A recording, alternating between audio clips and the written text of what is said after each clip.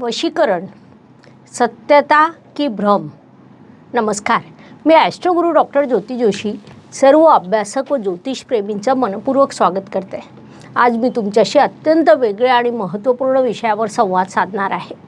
एक असा विषय की जो आपल्या या चॅनलवर यापूर्वी मी कधीही घेतलेला नाही, कारण तो आपला मार्गच नाही. शास्त्रीय माहिती शास्त्रशुद्ध पद्धतीने सर्वांसमोर मांडण्याचा आपण सदैव प्रयत्न करीत असतो. मात्र तो विषय आज आपल्या समाजातील एक खूप मोठी समस्या बनून समोर येत आहे. विशेषतः आजची शिकलेली तंत्रज्ञानाचा उपयोग करणारी युवा पिढी त्याच्या जाळ्यात ओढली जात आहे. तो विषय म्हणजे वशीकरण होय. तुम्ही सर्वांनी देखील हा शब्द कुठे ना कुठे नक्कीच ऐकलेला असेल. तर वशीकरण ही सत्यता आहे की निव्वळ भ्रम? वशीकरण खरंच शक्य आहे का? आज हा विषय घेण्याचं कारण म्हणजे आम्हाला देखील अनेक वेळा मेसेजेस येत असतात की मॅडम तुम्ही आमच्यासाठी वशीकरण करून द्याल का? त्यामुळे वशीकरणाचं सत्य आज मी तुम्हाला सांगणार आहे. म्हणून आजच्या भागाला शेवटपर्यंत बघायला विसरू नका. तसंच ही माहिती तुम्हाला आवडल्यास व्हिडिओला लाईक व शेअर देखील नक्की करा, जेणेकरून इतरांपर्यंत ही माहिती पोहोचू शकेल.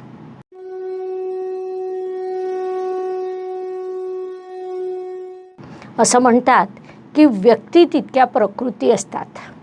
कोणताही मनुष्य सारखा नसतो किंवा एक मनुष्य कधीच दुसऱ्यासारखा होऊ शकत नाही. हीच बाब समाजाला देखील लागू होते. आता समाज म्हटला की तिथे शुभ अशुभ या दोन्ही गोष्टी होत राहतात.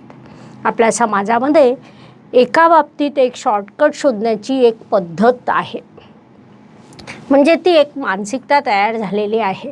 त्याचं मुख्य कारण म्हणजे वेळ होय. पूर्वी घड्याळ एखाद्या व्यक्तीकडे बघायला मिळायची आणि वेळ मात्र सर्वांकडे असायचा. आज अगदी सर्वांजवळ घड्याळ असतं, मात्र वेळ कुणाकडेच नसतो. या वेळेमुळेच आपल्याकडे लोकांचा संयम देखील कमी होत चालला आहे. त्यामुळे कळत नकळत प्रत्येक व्यक्ती शॉर्टकट शोधण्याचा प्रयत्न करीत असतो. आपल्या मनासारखं घडून येण्यासाठी, एखादी गोष्ट लवकरात लवकर मिळवण्यासाठी कोणत्याही पद्धतीचा अवलंब करणं असा एक मार्ग तयार होतो. परंतु त्यालाच आपण कर्म असं म्हणत असतो. मनुष्य जीवनामध्ये कर्म अत्यंत महत्त्वपूर्ण असतात. माणसाला शेवटपर्यंत जर कुणाची सोबत लाभत असेल तर ते कर्म असतात. मग तुम्ही जगातील कितीही मोठी व्यक्ती असू द्या, अमेरिकेचा राष्ट्रपती असू द्या, भगवान श्रीकृष्ण असून द्या, पांडव असू द्या किंवा एखादा सामान्य व्यक्ती असू द्या, शेवटपर्यंत त्याला सहाय्य करणारं जर कोणी असेल तर त्याचे कर्म असतात आणि कर्माचे फळ मिळाल्याशिवाय राहत नाही. कर्मच तुम्हाला सहकार्य करीत असतात. महाभारतातील कर्ण सर्वांना माहीत असेल. दानशूर म्हणून त्याची विशेष ओळख आहे. तो खूप मोठा दानी मनुष्य होता. मात्र आपल्या छोट्या छोट्या अनुचित कर्मामुळे त्याचं आयुष्य उद्ध्वस्त झालं. त्यामुळेच कर्म हे अत्यंत महत्त्वाचे असतात. मानवी आयुष्य आपण जे जगतो ते कर्माचं फळ असतं. म्हणजे मागील जन्मातील कर्माची फळं कित्येक वेळेला या जन्मात येतात आणि या जन्मातील काही कर्मावरून आपला पुढचा जन्म ठरत असतो. या संपूर्ण प्रक्रियेमध्ये कर्म महत्त्वाचे असतात. असं सर्व असताना आपण कोणत्या तरी जाहिरातीला भुलतो किंवा कुठेतरी कळत नकळत ओढल्या जातो. त्यात आपली फसवणूक होते, ज्याद्वारे आपण स्वतःचं नुकसान करून घेतो. असे अनेक प्रकार आपल्या समाजात दररोज घडत असतात. वेगवेगळ्या पद्धतीचा त्यात उपयोग केला जातो. त्यात एक महत्त्वाची पद्धत म्हणजे वशीकरण होय. आजच्या युवा पिढीमध्ये मुलं मुली कुणाच्या तरी प्रेमात पडतात, जे त्यांच्या वयानुसार अत्यंत स्वाभाविक असतं. प्रेम ही बाब नैसर्गिक आहे आणि योग्य देखील आहे. मात्र ते दोन्हीकडून असेपर्यंत योग्य आहे. जेव्हा ते एकतर्फी असतं, म्हणजे एकाकडून होकार आहे तर दुसरीकडून नकार आहे, अशा वेळी प्रेम करणाऱ्यांनी माघार घ्यावी.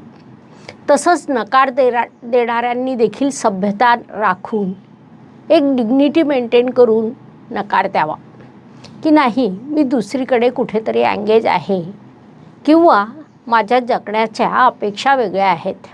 या भानगडीत मला सध्या तरी पडायचं नाही, अशा पद्धतीने तो नकार गेला पाहिजे आणि त्याच पद्धतीने ती मागणी देखील गेली पाहिजे, जेणेकरून नकार असेल तर तो विषय तिथेच संपतो. त्यामुळे नात्याला एक महत्त्व प्राप्त होतं. हे सर्व बाजूला ठेवून अलीकडे फार विचित्र प्रकार सुरू आहे. आमच्याकडे देखील अनेक वेळा विचित्र मेसेजेस येतात की तुम्ही वशीकरण करून देता का? तर वशीकरण ही खूप अशक्य बाब आहे. तो एक प्रकारचा गैरसमज आहे.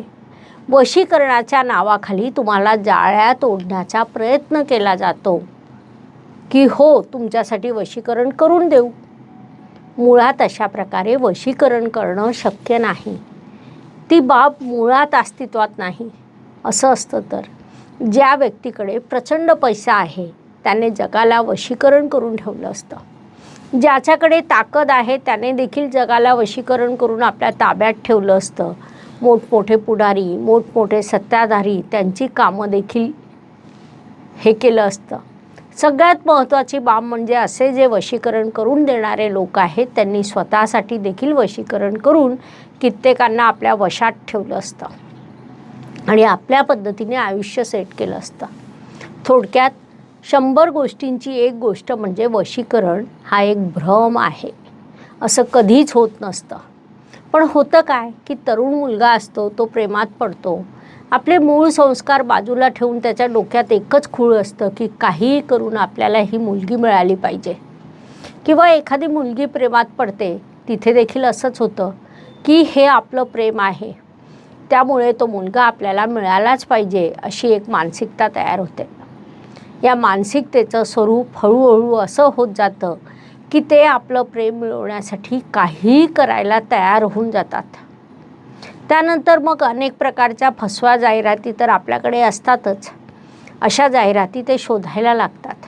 कुठेतरी तज्ज्ञ व्यक्ती शोधतात, त्यांच्याकडे जातात आणि विचारतात की तुम्ही माझ्यासाठी वशीकरण कराल का? तर मी सर्वांना ठामपणे सांगू इच्छिते की अशा प्रकारे वशीकरण होत नसतं. मुळात ती अस्तित्वात नसलेली गोष्ट आहे. तुम्ही कुणाकडे गेला आणि वशीकरणासाठी त्यांना विचारलं आणि समोरच्याने त्यासाठी होकार दिला तर त्या ढोंगी जाळ्यामध्ये तुम्ही अगदी सहज अटकत जाता, ज्यामुळे तुमच्या आयुष्याचं खूप मोठं नुकसान होऊ शकतं. महाभारतातील अभिमन्यूची गोष्ट देखील सर्वांना माहिती असेल. युद्धामध्ये अभिमन्यू जसा चक्रव्यूहाच्या आत गेला होता त्याप्रमाणे तुम्ही त्या वशीकरणाच्या जाळ्यात ओढल्या जातात. त्यातून बाहेर पडणं खूप कठीण होऊन बसतं.